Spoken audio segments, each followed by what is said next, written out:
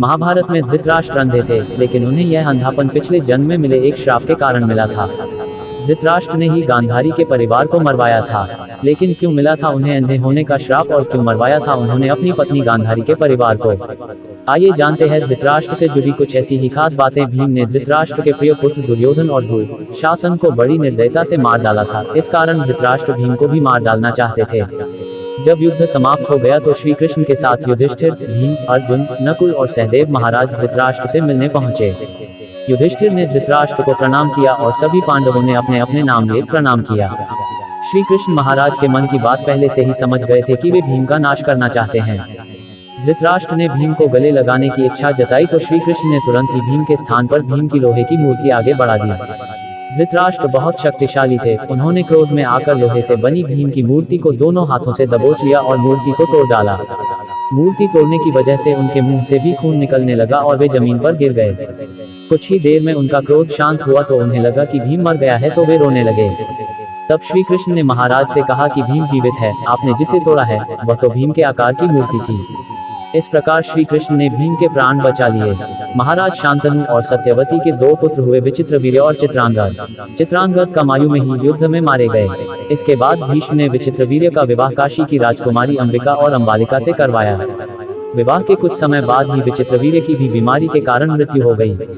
अंबिका और अंबालिका संतानहीन ही थी, तो सत्यवती के सामने यह संकट उत्पन्न हो गया कि कौरव वंश आगे कैसे बढ़ेगा। वंश को आगे बढ़ाने के लिए सत्यवती ने महर्षि वेदव्यास से उपाय पूछा। तब वेदव्यास से अपनी दिव्य शक्तियों से अंबिका और अंबालिका से संतानें उत्पन्न की थीं। अंबिका ने महर्षि के भय के कारण आंखें बंद कर ली थी, तो इसकी अंधी संतान के रूप में धृतराष्ट्र हुए। दूसरी राजकुमारी अंबालिका भी महर्षि से डर गई थी और उसका शरीर पीला पड़ गया था, तो इसकी संतान पांडु हुई। पांडु जन्म से ही कमजोर थे। दोनों राजकुमारियों के बाद एक दासी पर भी महर्षि वेदव्यास ने शक्तिपात किया था। उस दासी से संतान के रूप में महात्मा विदुर उत्पन्न हुए। धृतराष्ट्र अपने पिछले जन्म में एक बहुत दुष्ट राजा था।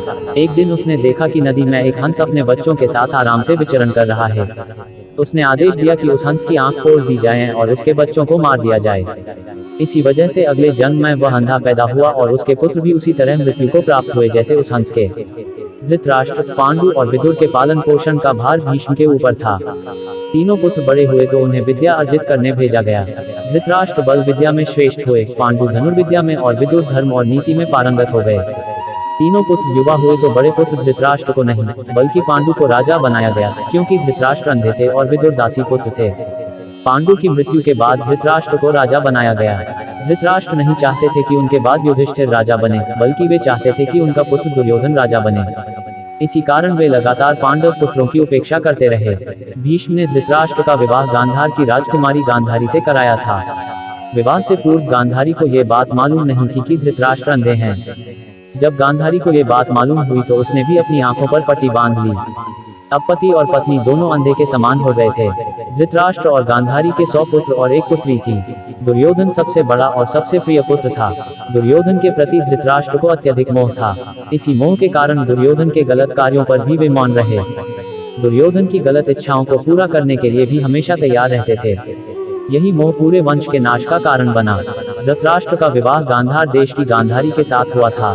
गांधारी की कुंडली में दोष होने की वजह से एक साधु के कहे अनुसार उसका विवाह पहले एक बकरे के साथ किया गया था, बाद में उस बकरे की बलि दे दी गई थी। यह बात गांधारी के विवाह के समय छुपाई गई थी।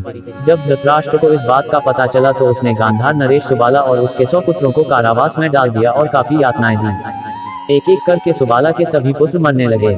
उन्हें खाने के लिए सिर्फ मुट्ठी भर चावल दिए जाते थे। सुबाला ने अपने सबसे छोटे बेटे शकुनी को प्रतिशोध के लिए तैयार किया। सब लोग अपने हिस्से के चावल शकुनी को देते थे ताकि वह जीवित रहकर कौरवों का नाश कर सके। मृत्यु से पहले सुबाला ने धृतराष्ट्र से शकुनी को छोड़ने की विनती की, जो धृतराष्ट्र ने मान ली। सुबाला ने शकुनी को अपनी रीढ़ की हड्डी का पासे बनाने के लिए कहा, वही पासे कौरव वंश के नाश का कारण बने। शकुनी ने हस्तिनापुर में सबका विश्वास जीता और 100 कौरवों का अभिभावक बना। उसने न केवल दुर्योधन को युधिष्ठिर के खिलाफ भड़काया बल्कि महाभारत के युद्ध का आधार भी बनाया। युद्ध के बाद धृतराष्ट्र और गांधारी पांडवों के साथ एक ही महल रहने लगे थे। भीम अक्सर धृतराष्ट्र से ऐसी बातें करते थे जो कि उन्हें पसंद नहीं थीं।